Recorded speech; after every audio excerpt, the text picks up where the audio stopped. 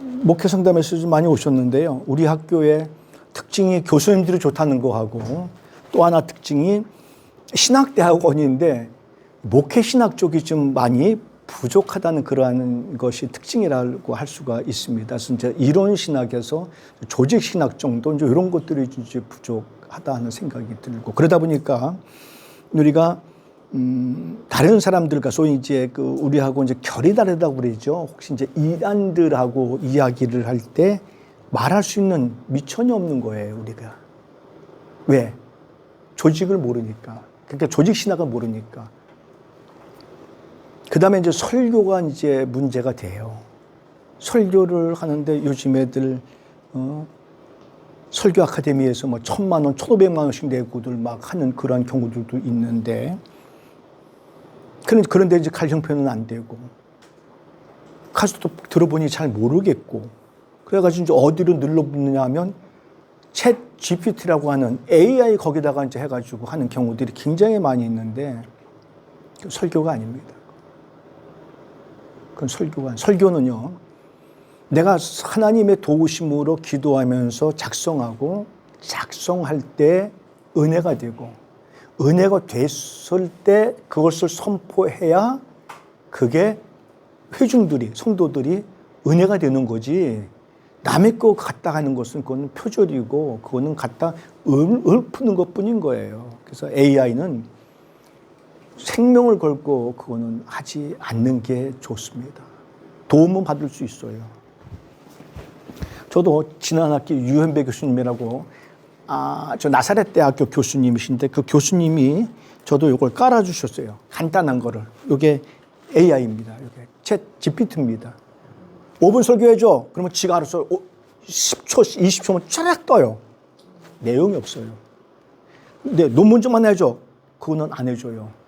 왜냐 그랬더니 가입해가지고 돈을 내세요. 그러더라고요. 월 25,000원.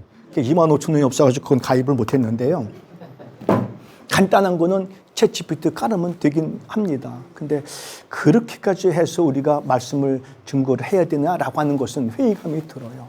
말씀 증거는 내가 그 말씀의 문맥을 정확하게 보고 이해하고 분석하고 그다음에 뭐 원문을 모르니까 주석해 놓은 것을 보면서 그것을 배워가지고 내가 이거 배워가지고 내가 조합해가지고 그 조합할 때 은혜를 통해서 은혜 받은 것을 내가 경험해가지고 전달할 때 그게 은혜가 되는 것이지 하나님의 역사가 그렇게 쉽게 되냐라고 하는 것은 회의감이 들 수밖에 없는 겁니다. 그래서 사도 바울도 고린도 교회 성도들에게 그런 이야기를 해주었죠. 너무 값싼 은혜 구하지 말아라고 하는 얘기가 그 얘기인 거예요. 우리가요 값싼 건 생각하면 안 됩니다.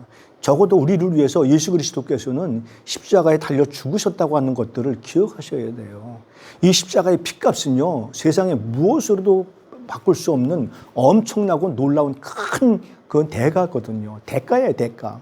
이걸 가지고 우리를 사셨는데 우리가 오늘날 기도도 안 하고 연구도 안 하고 헌신도 안 하고 봉사도 안 하고 열매를 맺겠다고요. 천만에요. 그거는 그럴 수 없는 거거든요. 그래서 오늘 보니까 이제 목회 상담 원우님들께서도 많이들 들어오셨는데 잘 들어오셨습니다.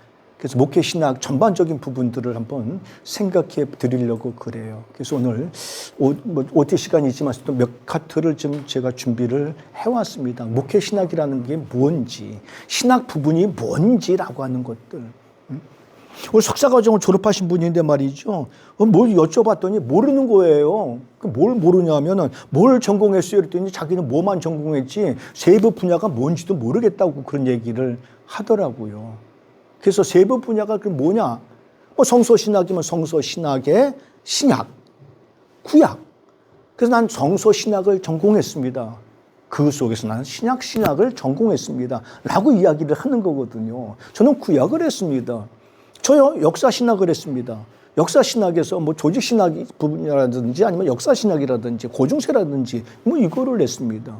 그리고 뭐 실천신학을 했습니다. 뭐 실천신학 분야에서 실천신학은 이제 응용 분야잖아요. 응용. 같이 적용시켜야 된단 말이에요. 그래서 이제 응용신학이라고 하는데 선교라든지 설교라든지 교육이라든지 상담이라든지 이게 전부 다 실천신학 분야인 거예요. 그러니까 크게 파트가 3개예요. 성서신학, 이론신학, 이론신학의 역사 조직. 그다음에 나머지는 실천신학인 거예요. 모든 게 다 실천신학에 들어가는 거예요. 리더십도 거기 들어가고 상담도 거기에 들어가고 다 전반적으로 거기에 들어가는 거거든요. 근데 보다 더 중요한 것은 뭐냐면 설교만 잘한다고 되는 건 아니에요.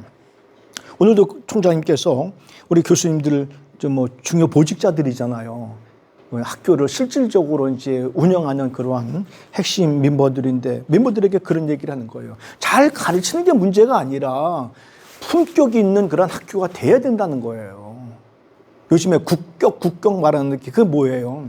품격이라는 것은 인간 됨됨이를 이야기하고 신앙을 이야기하고 그다음에 가르침을 통해서 그 가르친 대로 어떻게 살아가고 사람을 만들어주고 내가 가르친 대로 어떻게 살아갈 수 있는 그런 방향성들을 이야기가 있어야 되는 거거든요. 그러니까 우리말은 이제 그런 말은 있잖아요. 뭐 입만 살았다고 하는 그런 말이 있습니다만서도 더군다나 우리들은 이제 그리스도인들이잖아요. 그렇기 때문에 설교만이 아니라 이제는 좀 품격 위주로도 우리가 좀 신경을 좀 써줘야 되겠다라고 하는 사실인 겁니다. 네, 그런 모습들. 근데 품격이라는 것은, 인격이라는 것은 하루아침에 되는 건 아닌 것 같은 느낌이 들어요. 어때요? 이승모 전사님, 목사님. 하루아침에 안 되겠죠. 네, 저는 20대 전만 해도 사람이 성선설을 많이 주장하는 편이었어요. 아하. 근데 어떤 시련과 고난을 겪고 바뀐 게 사람은 악하구나.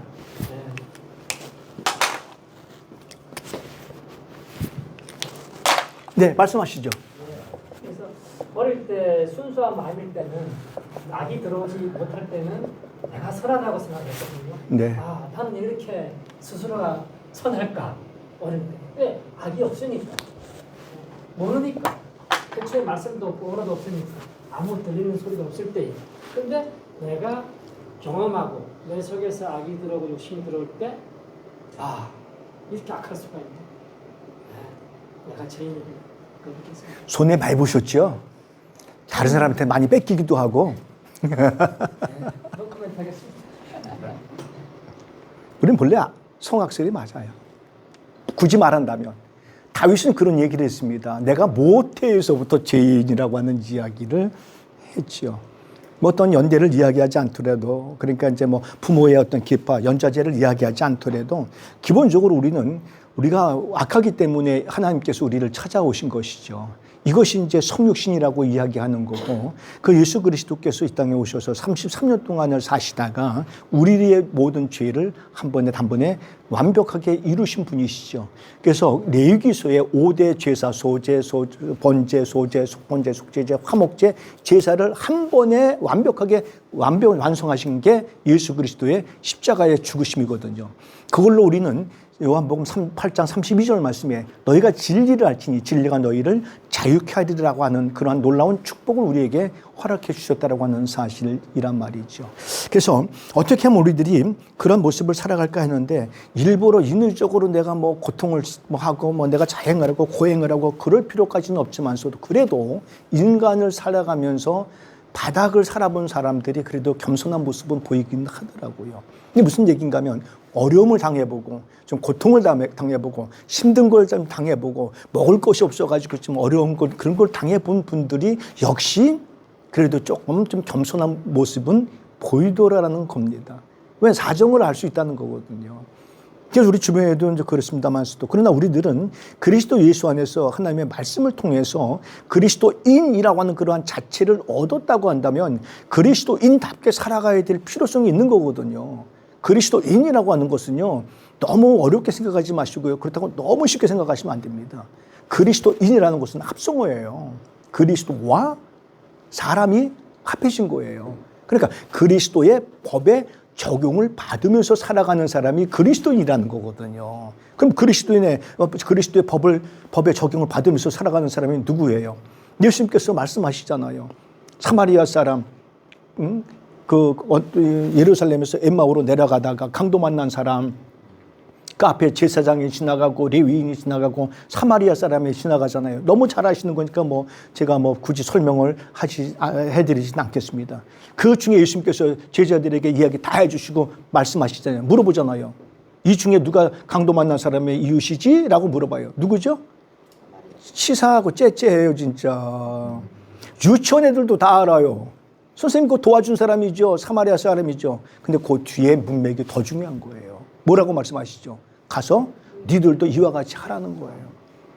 요한복음 13장에 보면 예수 그리스도께서 유월절 성만찬을 행하시기 전에 제자들의 발을 씻겨 주시잖아요. 그들이 막 난리를 치잖아요. 막 안 된다고 막 난리를 치다가 베드로는 예수님이 너 내가 이거 안 해주면 너하고 나하고 관계가 없거들랑 하니까 베드로는 욕심도 많어. 그랬더니 선생님 그러면 나 발만이 아니라 몸뚱이까지 다 닦아주세요. 그랬단 말이에요. 그러니까 예수님께서 이미 목욕한 사람은 몸뚱이는 필요 없고 발만 닦으면 돼라고 이제 말씀을 하셨잖아요. 그걸 하시면서 세족식을 하시면서 마지막에 뭐라고 말씀하시는 거예요? 세상에 내가 너희들에게 행한 것처럼 너희들도 가서 행하라라고 하는 거예요. 아마 지금 발 내놓고 내가 닦아드린다고 한다면 부끄러워가지고 내놓을 사람 한 분도 안 계실걸요 아마. 냄새 난다고 그러고 발톱 안 깎았다고 그러고 때 있다고 그러고 발톱에 떼꼈다 그러고 그리고 무엇보다 그 발 여기저기 다니고 그 더러운 발을 어떻게 선생님 앞에 내놓냐고. 선생님이 아니더라도 집에서도 남편이나 아내들한테 내놓지 않는 게 발인데 말이죠. 그렇잖아요. 그거를 내놓다고 닦아준다고요. 닦아주려는 얘기가 아니잖아요. 겸손하게 살아가라는 얘기예요. 그래서 어거스티누스라고 하죠. 어거스틴은 제자들이 와서 이렇게 물어봅니다. 선생님, 기독교의 본질이 뭐야요? 물어봐요. 첫째, 겸손이야. 둘째, 겸손이야. 셋째, 그것도 겸손이야. 잘 여쭤보겠습니다. 겸손이 뭐죠? 제일 그래 겸손 같은 모습이 보여요?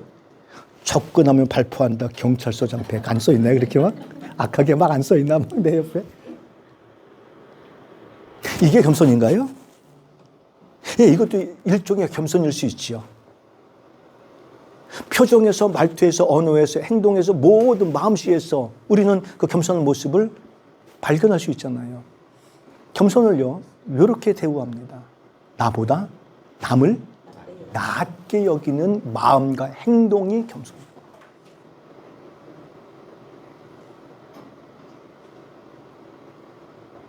저 여기 서 있습니다만서도 부끄러워요, 사실요. 서 있어야 돈 준다고 하니까 서 있는 거예요, 저요. 자격이 돼서 서 있는 거 아니에요. 그 사모님 박사니까요? 천만에요. 제가 어떤 면에서 볼 때는 원우님들보다 모르는 게 더 많아요. 소뚜껑 운전수 하시는 분들 그건 내가 배워야 되고, 여기 사업하거나 뭐 하시는 분들 내가 배워야 될 부분이 더 많을 수도 있어요. 그렇잖아요. 우리는요, 이러한 과정들을 통해서 제가 드릴 수 있는 것은 성역 42년간의 그런 노하우를 같이 나누면서 그 노하우 속에서 잘된 게 뭐고 잘못된 게 뭐고 성공이 뭐고 실패가 뭐였었는지 이런 것들을 함께 나누면서 하나님을 기쁘시게 해드리고 우리 서로 좋아하고 하나님의 나라를 확장해 나가는 이런 일익을 감당하고자 하는 게 이게 강의 시간이지 않아요? 예. 그래서 저는 그래서 시험이 없어요. 과제도 없습니다. 리포트도 없습니다. 와서 앉아만 계시면 돼요. 귀만 빌려주시면 돼요. 그렇잖아요. 그 속에서 뭔가를 하나 가져가시면 돼요. 근데 뭔가를 드릴 수 있는지 그거는 저를 볼 때는 죄송스러운 거예요. 뭘 드려야 되나? 좀 궁금해요. 목회신학 사실 책을 제가 집필 중이에요. 아직도.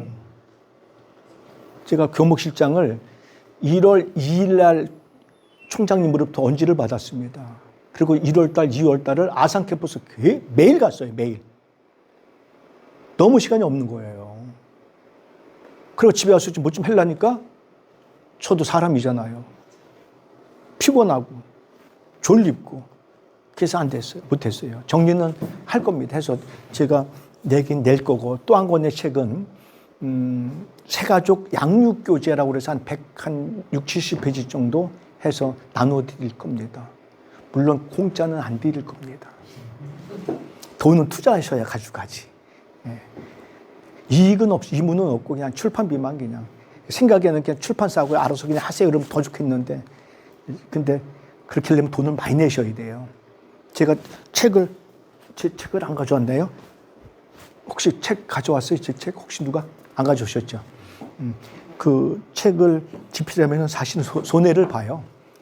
한 3쇄 정도 찍어야 조금 인지세 조금 인지대 조금 남지. 뭐 홍성우 교수님 그렇죠?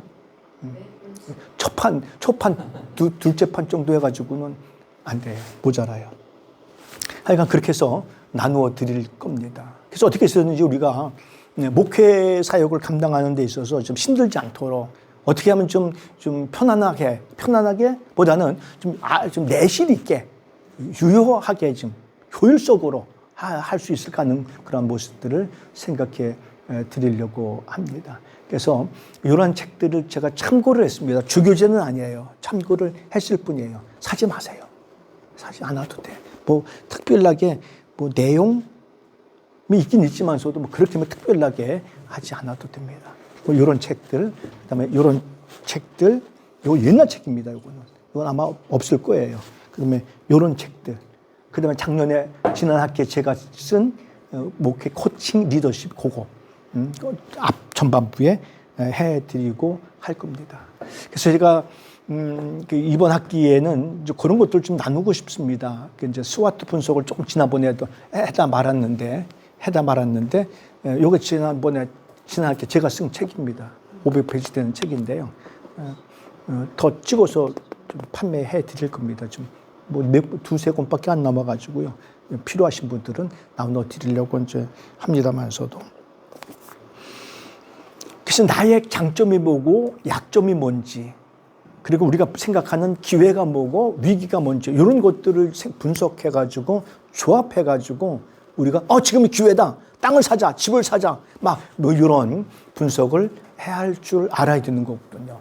그래서 이거는 기업에서 사용하는 건데 우리에게도 잘 맞습니다. 교회에도. 그래서 내 강점, 내 약점이 무엇인지 그런 것들을 내가 스스로 분석해 볼 줄 알아야 되죠. 장점은 뭐 하면 되죠? 자꾸만 권장하고 살리면 되는 거고, 약점은 뭐 해야 되죠? 보완하면 되는 거예요. 지금은 위험한 시간이다. 요즘에는 땅을 사면 안 된다더라. 뭐 그러면 땅을 사면 안 되고요. 요즘에는 집을 팔면 안 될걸요? 집값이 많이 하락했으니까. 그럼 조금 참는 거예요. 어려워도. 차라리 돈이 필요하면 대출을 받아가지고 등록을 하더라도 오히려 나중에 집을 팔면 뭐 수십 배 더 남으니까 그런 것들, 지금 기회인지 위기인지 이런 것들을 우리가 이제 스스로 분석해 볼 줄 알아야 되는 것이죠. 근데 이게 내가 나를 볼 때는 잘 모릅니다, 이게. 그래서 선생님이 필요한 건데, 그래서 우리는 이제 멘토라고 이야기를 하지요. 선생님이 필요합니다. 대학원 졸업하시기 전에 교수님들과 함께 좋은 멘토를 좀 맺고 나가세요. 그래서 스스로 항상 언제든지 이번 주에 설교 뭐 좀 했으면 좋을까요, 교수님? 그러면 본문 이번 주에 좀 어디 좀 봤으면 좋겠는데요? 라고 하는 뭐 그러한 것들을 좀 받아도 되고. 그럼 그 내용 줄거리가 대략 어떻게 됩니까? 내용 대략 이렇게 좀 작성하면 되겠고. 그런 정도 받으면 얼마나 좋아요. 혼자 스스로 할 수 있으면 너무 좋고요. 그다음에 교수님 이거 땅을 사야 되는데 어디를 살까요? 개척을 해야 되는데 어디다 할까요? 뭐 이런 것들 좀 경험 있는 분들한테 물어보면 실수하지 아니하고 좀 돈 허비하지 아니하고 많은 부분 이익이 될 수 있는 그러한 좋은 도움이 되지 않을까 하는 생각을 해 봅니다. 그리고 이제 중간 말미쯤에 가면은 설교 한 번 이 시간에 한 번이나 두 번 정도는 예배 시간을 좀 가지려고 합니다. 그래서 제가 제 설교를 드리려고 합니다. 오늘 제가 가방을 항상 2개 들고 다닙니다. 아산 캠퍼스 갈 때 경건해 하는 가방, 그 다음에 학교 나올 때 컴퓨터 있는 가방 들고 다니는데 가방이 무겁다 보니까 안 가져왔는데 그거 오늘 경건해 한 거를 보여드리려고 그랬더니 여기 없어요. 지금 차에 있어가지고. 그래서 제가 잘 하지는 못하지만 그거를 해가지고 페퍼를 나눠드리고 누가 좀 사회봐 주시고 제가 설교하고 그 다음에 한 부분 정도 설교 좀 시켜보면 참 좋을 것 같은 생각이 들어요. 그것도 원하는 사람만, 떨지 마세요. 원하지 않는 사람은 안 시키고 원하는 사람만. 한 명도 없으면 안 해요. 나만 할 거예요. 그냥 혼자. 뭐 그런 식으로 할 거니까. 김진수 권사님 걱정 없지요? 네, 걱정 없어요. 그렇게 하셔서. 왜냐하면 적어도 신학대학원 나왔으면 어디 가셔도 기도해 주세요. 기도라도 할 줄 알고 설교해 주세요. 설교라도 할 줄 알아야 되지. 엉뚱하게 힘내면 되겠냔 말이에요. 심지어 우리 목상이 이제 조금 취약한데 성경이 뭐냐 하면 성경이 뭔지를 잘 모르는 경우들이 얼마나 많은지 몰라요. 그잖아요. 하나님의 말씀이지. 하나님의 말씀 누군 모르나? 그게 어떻다는 얘기지. 그게 뭐냐는 얘기죠. 그러면 그 구약 성경은 언제 정경으로 결정을 했고, 신약 성경은 언제 정경으로 결정을 했고, 신약 성경의 내용이 대략 뭐고, 구약 성경의 내용이 대략 뭔지 얘기는 해줄 수 있어야 되잖아요. 신학대학원 나왔으면. 김진수 고사님, 기여 안 기여? 기여. 되잖아요. 고향이 여기 아니요? 당진이요? 아이고. 맞잖아요. 구약 성경은요, 하나님의 계시의 말씀인데 주제가 하나예요. 예수 그리스도예요. 오직 하나예요. 거기에 전부 다 포인트를 맞춘 거예요. 신약 성경도 하나님의 계시인데 예수 그리스도께서 오셔서 그분이 행한 행적을 말씀해 주고 있어요. 그래서 성경을 크게 창조, 타락, 구속 이렇게 세 개로 보는 거예요. 거기에 핵심이 포인트가 있는 거예요. 조금 더 디테일하게 말하면 네 번째는 하나님의 나라, 예수 그리스도께서 오셨으니까. 그리고 마지막에는 종말. 요 5개 카테고리로 딱 걸려있는 거 전부 다. 그럼 설교할 때, 성경 공부할 때, 성경을 볼 때 전부 다 어디다가 맞추면 되는 거예요. 거기다가 맞추면 되는 거예요. 구약이건 신약이건 전부 다 핵심 포인트는 예수 그리스도 하나예요. 거기. 근데 우리는 보통 설교하시는 거 보면 어때요? 엉뚱한 대로 흘러가잖아요. 그래서 이제는 우리가 설교를 판단하는 건 아니지만서도 설교하는 걸 보고 이건 설교가 작성이 잘 됐네, 못 됐네, 핵심을 놓쳤네, 이 정도는 우리가 알아야 되잖아요. 호서대학교 연합신학전문대학원을 나왔다고 한다면 기회양교예요. 남원에서는 잘 몰라. 기회양교회는 충청도에서는요, 기회는 그렇습니다고요. 안 기회는 안 그렇다는 얘기거든요. 적어도 충청도 오셨으면 그 정도는 배우고 가셔야죠. 그렇죠? 오늘 그 정도는 배우고 가셔야 돼요. 구약성경은요, 지금부터 3,500년 전부터 기록이 된 거예요. 그러니까 BC 1,500년 전부터 기록이 된 거죠. 그리고 신약과 구약과 신약 기자들이 37명, 약 한 40명 됩니다. 보통 우리는 저자라고 하는데 저는 저자라고 하는 말에는 반대합니다. 저자는 아니에요. 기록자지. 기록자입니다. 저자는 하나님이시죠. 하나님이시죠. 디모데후서 3장 14절, 15절, 16절, 17절 말씀에 그렇게 말씀해 주고 있거든요. 모든 성경은 하나님의 감동으로 된 것으로, 하나님이 말씀해 주신 대로 기자들이 기록을 했던 것뿐인 거예요. 기록자지요, 그러면. 옛날 것 같으면 서기관 역할을 했던 거예요. 서기관.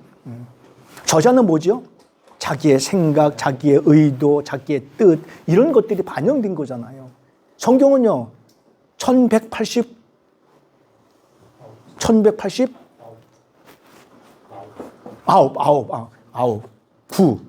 맞죠? 1189장이에요.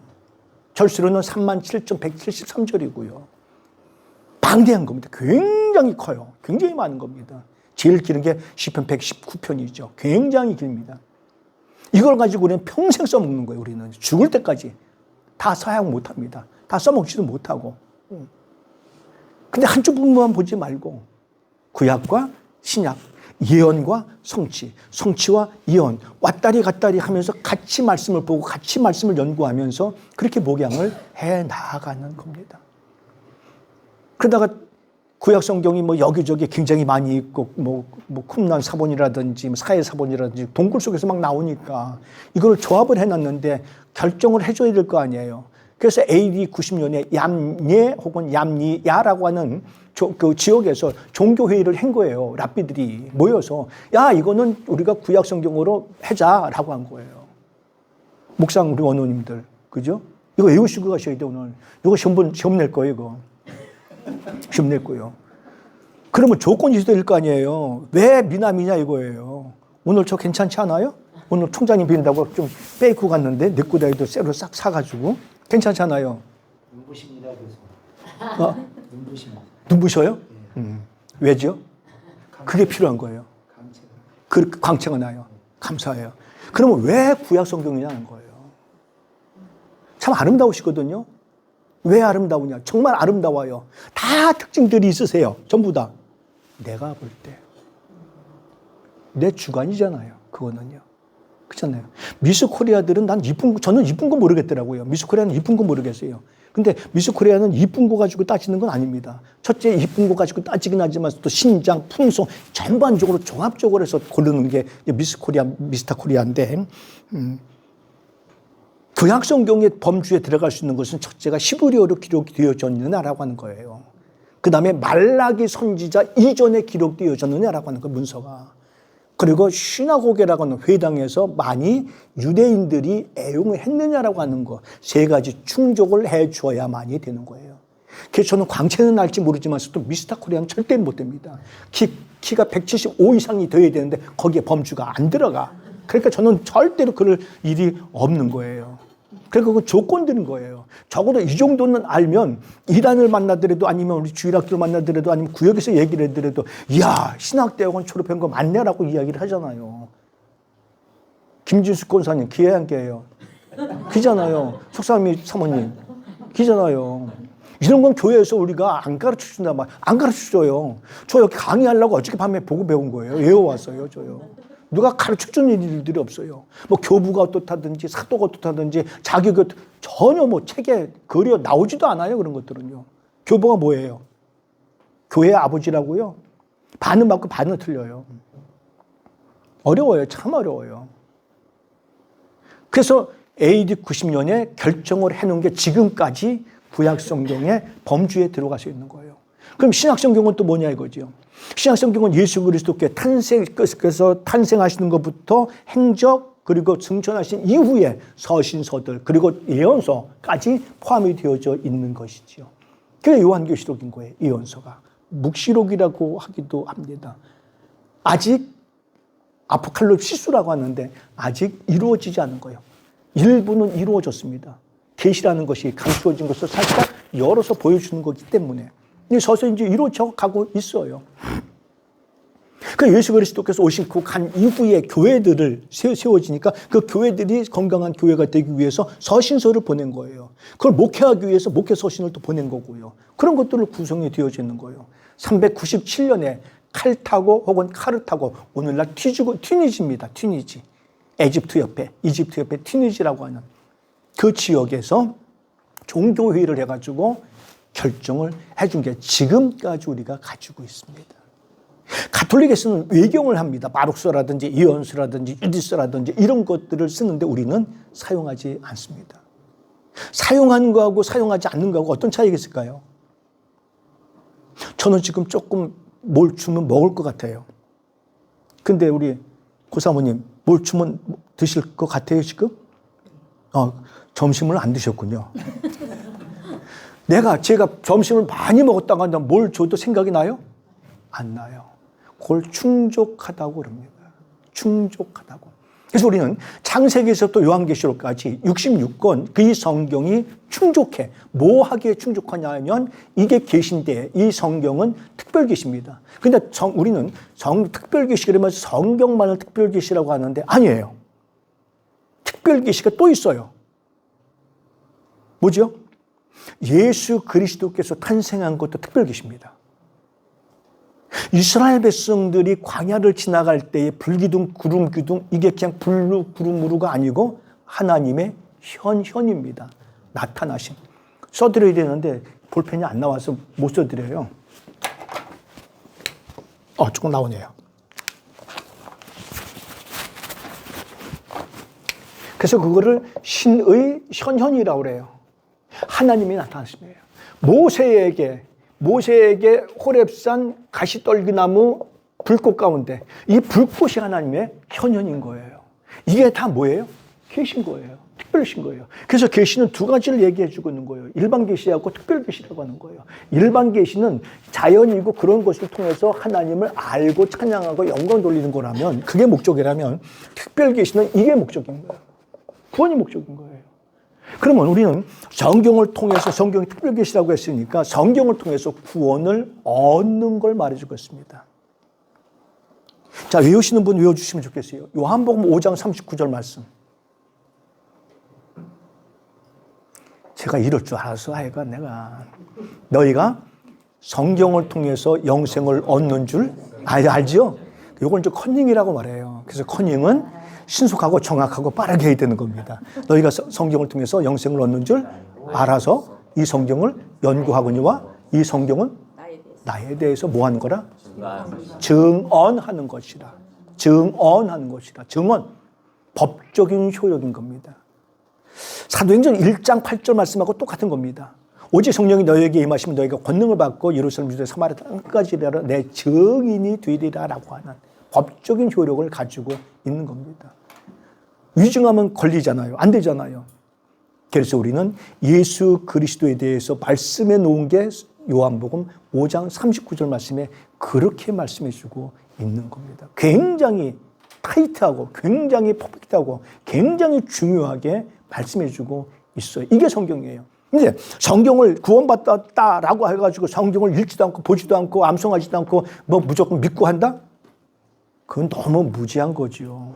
그래서 성경을 날마다 읽어야 되는 겁니다. 우리 학교가 참 감사한 일이 제가 9시에 그 교목실 직원들 경건회를 합니다. 아산 캠퍼스 가서. 그리고 9시 10분에 곧 바로 옆방으로 가가지고 옆방이래야 뭐 이런 방은 아니고요. 아산 캠퍼스의 그 교회 밑에가 신교실이 있고 회의실이 있고 교목실이 있고 교목실장실이 있고 좋아요. 놀러 오세요. 근데 그 옆에 가서 교수 아침 기도회를 합니다. 매일 찬송 하나 부르고 성경 보고 성경을 보고 그걸 해석해 온 사람이 있어요. 분석해 온 사람이 있어요. 읽고 그다음에 돌아가면서 거기에 받은 은혜들을 서로 나눠요. 그리고 주기도문으로 끝나고 한 5분, 10분 정도 교목실에서 항상 다과를 제공합니다. 먹거리. 근데 그건 이제 드시면서 친교하고 합니다만서도. 그 나누는 시간이 얼마나 좋은지 몰라요. 그거 나누고 시간 끝나면 10시인 거예요. 저는 집에서 이제 아침 8시 15분 정도에 집에서 출발하거든요. 그래서 이제 고속도로 뿅 가면 27분 걸리니까 그래서 이제 9시에 그렇게 시작을 해서 이제 10시에 끝나요. 그럼 10시에 끝나면 이제 오늘 할 일들이 뭔지 체프를 이제 감독하고 관리해주고 그 다음에 이제 각 처장들 만나주고 이런 일들을 합니다만서도 하루에 힘을 얻는 시간이 바로 그런 시간들인 거예요. 성경을 얻으면서, 읽으면서. 그리고 나머지는 일반 교수님들이잖아요. 신학을 전공하는 저밖에 없잖아요. 무슨 얘기를 하시냐면 역시 목사님은 틀리네요. 그런 얘기를 하신 거예요. 달라야죠. 당연히 달라야 되는 거 아닌가요? 달라야죠. 남들이 우리를 볼 때 그렇게 본다는 거예요. 신학대학원생이니까. 말 한마디, 행동하는 거, 인사하는 거, 눈짓하는 거 이거 하나하나가 다 달라야 된다는 거예요. 이런 것들이. 이게 품격이라는 거예요. 이게 품격이라는 거예요. 목회신학 분야가 바로 전반적인 이러한 분야를 다루는 것이라고 생각해 주시면 좋겠습니다. 그러면 이제 요 정도만 하고 끝나는 건 아니고요. 또 좋아하시는 것 같은데 끝난 건 아니고 그래도 조금 해야 또 뭐 등록금 냈다는 거 아깝지 않다고 그러시죠. 그렇죠?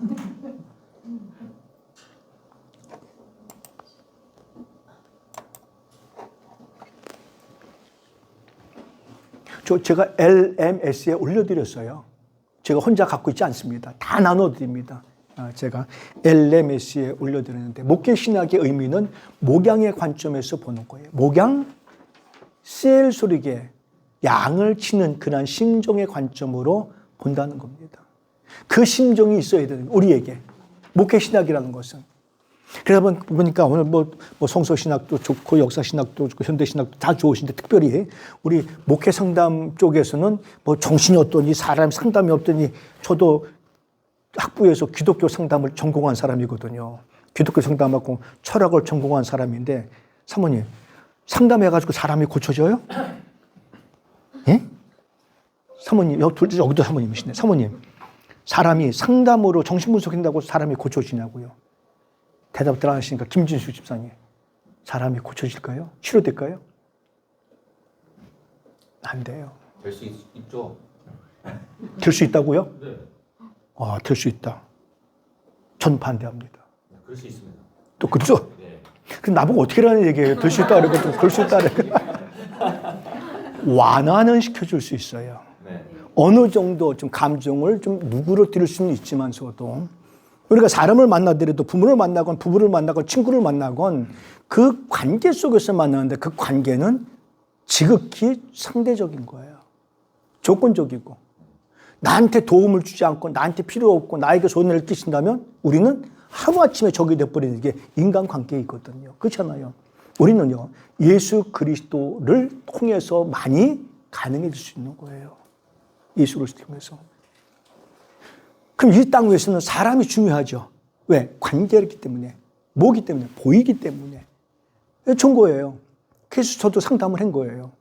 도움이 많이 됩니다. 그 사람을 분석을 해요. 아, 저 사람 성향이 어땠구나. 해가지고 분석은 끝나는 것이 아니라 그 사람을 이해해주고 도와줘야죠. 배려해주는 마음이 없으면 상담한 의미가 없습니다. 이해해주고 배려해줘야죠. 저의 삶의 철학 중에 한 가지가 오늘 누군가가 해야 할 일이 있다면 내가 먼저 해야 된다는 그런 철학을 가지고 살아갑니다. 아무리 힘들어도, 아무리 괴로워도, 아무리 귀찮아도 내가 먼저 해야 되는 거예요. 개수통에 컵이 두세 개가 있어가지고 그걸 꼭 설거지를 해야 된다면 내가 하면 어때요? 손바닥 달아 없어지나요? 내가 해야죠.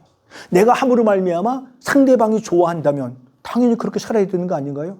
그렇게 살아야 될 필요가 있죠. 그래서 상담이나 신학은요, 사람을 위해서 사람이 해야 되는 일들이 굉장히 많은 거예요. 사도 바울은 그렇게 말을 했잖아요. 로마 교회에게.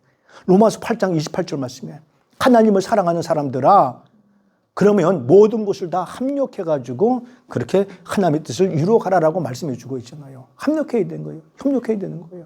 그게 목양의 관점에서 보자는 거예요.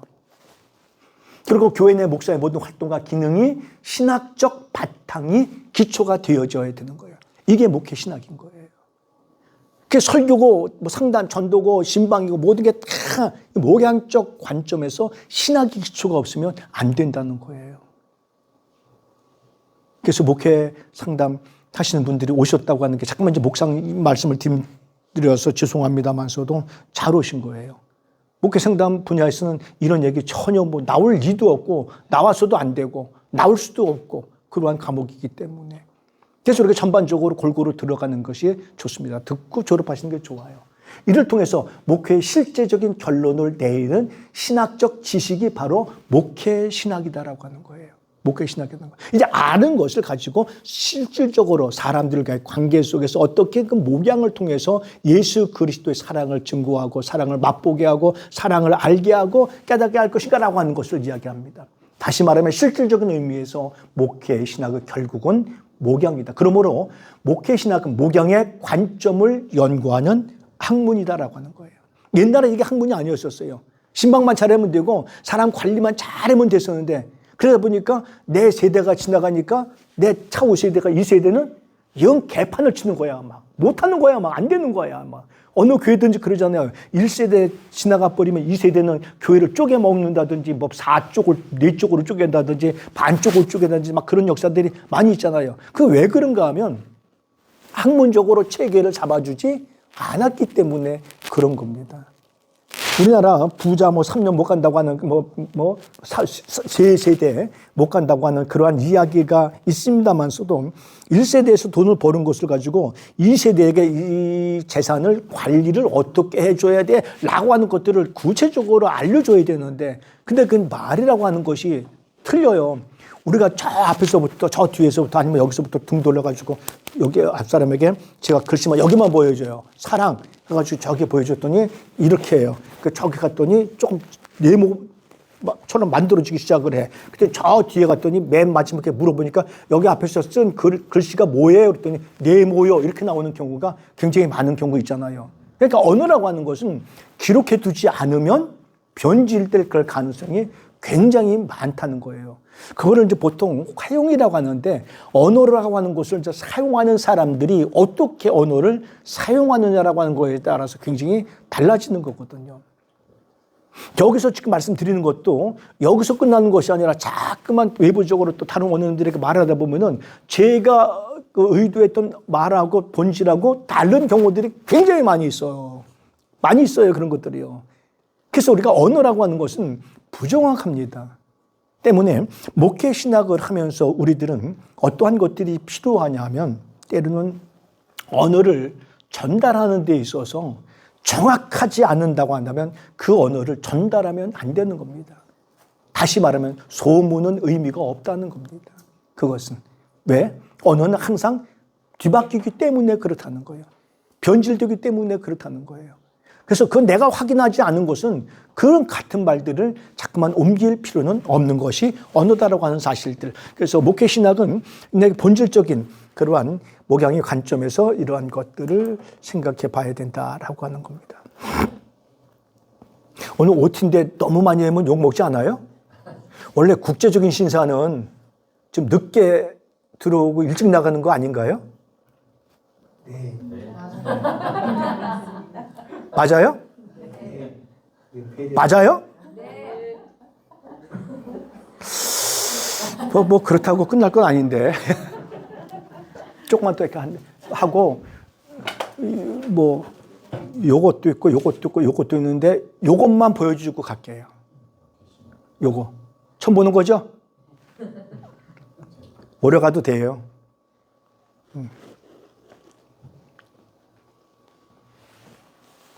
목회신학은 논리 중심의 신학이라기보다는 논리 중심이라는 것은 이론 신학을 얘기하는 거예요. 글씨 장난, 말 장난. 근데 목회신학은 뭐냐면 활동 중심이라는 거예요. 기능 중심. 기계를 써먹어야 되는 거지. 이 뭐 갖다가 사놓으면 아무런 의미가 없는 거예요. 그렇잖아요. 우리 집에 금 송아지 있거든요. 요즘같이 돈 없을 때는 뭐 하면 돼요? 그거 빨리 뭐 해야 돼요? 처분에 팔아가지고 요즘에 금 한 돈에 뭐 60만 원인가 뭐 50만 원씩이야.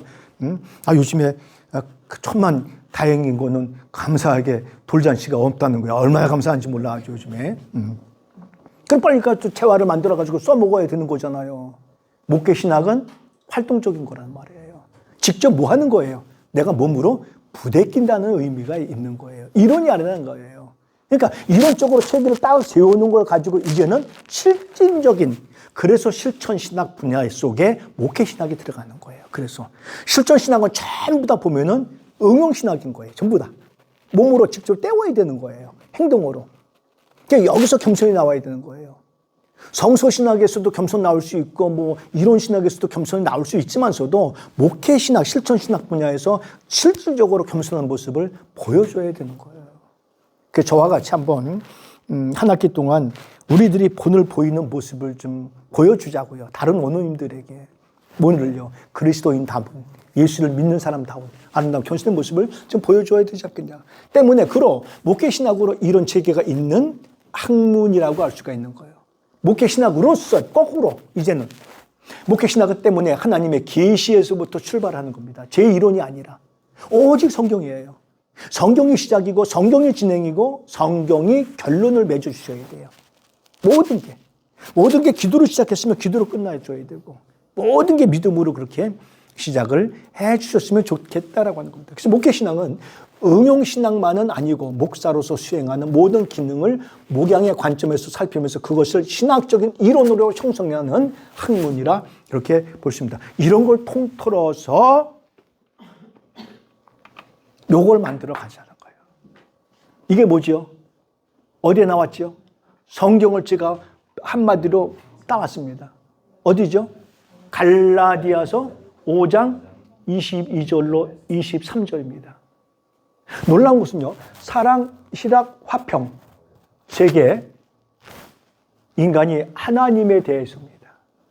인간이 하나님과의 관계 속에서 맺어지는 열매예요. 그 다음에 우측에서 충성, 양선, 자비는 같이 이웃과의 관계 속에서, 사람과의 관계 속에서 맺어지는 거예요. 오래 참은 온유, 절제는 내가 나와의 관계 속에서, 자아와의 관계 속에서 맺어주는 열매라고 할 수가 있습니다. 이게 목회신학의 전반적인 하나의 포인트라고 이야기를 할 수가 있는 겁니다. 내가 이걸 맺고, 이런 열매를 맺고, 다른 분들이 이런 열매를 맺을 수 있도록 해드리는 거예요. 내가 먼저 선생이 됐으니까 이러한 열매를 맺을 수 있도록 노력을 해주셔야 되겠죠. 그리고 이것을 또 다른 사람들에게 맺을 수 있도록 이런 노력을 해줘야 되는 겁니다. 맨 처음에 잘 안 됩니다. 저 어렸을 때 콩나물 키워봤습니다. 그 숙제였었어요. 정월 대보름 되면은 콩나물 물에 불렸다가 콩나물 실에 앉혀가지고 제가 키우는 거예요. 키우는 거 쉽잖아요. 뭐 하는 거죠? 물을 주는 거. 아, 다 키워보셨네, 애들. 근데 물을 주면 어떻게 하죠? 다 빠져요. 주는 순간 다 빠져버려요. 근데 콩나물은 자라야 안 자라요? 신기합니다. 이런 과정이에요. 뭔가 몰라도 그 주일이 그 주를 갖고 그 설교가 그 설교 같은데 매일 듣다 보면 나도 모르게 성장되어져 있어요. 저 믿음 없어요. 근데 지금 직거래만큼 있는 게 뭐냐면 60여 평생 동안 매일 믿음을 가져라. 매일 하나님을 믿어라. 성경을 보니까 그런 얘기만 써 있고 설교 시간마다 그런 얘기들을 하니까 나도 모르게 내 속에 믿음이 있는 것처럼 보여지는 거예요. 있는 것처럼. 그 믿음 가지고 살아가는 거 아닌 거예요. 그래서 예레미야는 그렇게 말하잖아요. 예레미야서 33장 3절 말씀에 너는 내게 부르짖어라. 내가 내게 응답하겠고 네가 알지 못하는 그거 비밀한 일을 너에게 보여줄게 라고. 2절은 뭐라고 말해요? 일을 만들어서 성취하시는 여호와, 그 일을 계획하시는 그 여호와, 그 여호와가 너에게 말씀하지 않느냐라고 말씀해 주고 있는 거예요. 부르짖으면 됩니다. 많이 하면 또 꼰대라고 그러잖아요. 또 여기까지만 해야지 뭔지 뭐 그죠? 이렇게 한 학기 동안 지나갈 겁니다. 그래서 우리 같이 목회 신학 분야에서 참 굉장히 많은 부분들이 많겠구나. 상담 분야도 좀 다루려고 합니다. 사람들과의 관계를 어떻게 가져야 되는지, 인간 관계를 떠나서 이제 신앙적인 관계가 무엇인지 어떻게 하는 건지 꼭 부탁드리는 것은 글쎄 저보다 많으신 분들 계신지 모르겠습니다. 저보다 많으신 분들, 연세 많으신 분들 손 들어보세요 한번. 그건 따지려고 하는 거 아니고요. 살아보니까 별거 아니에요. 인생.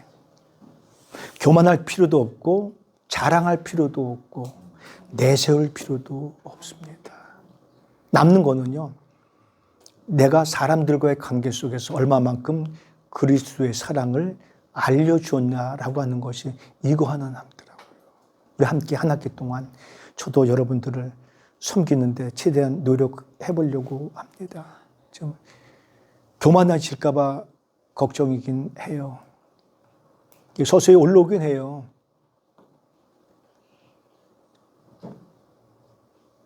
제 마음속에 서서히 싹이 터요, 교만이.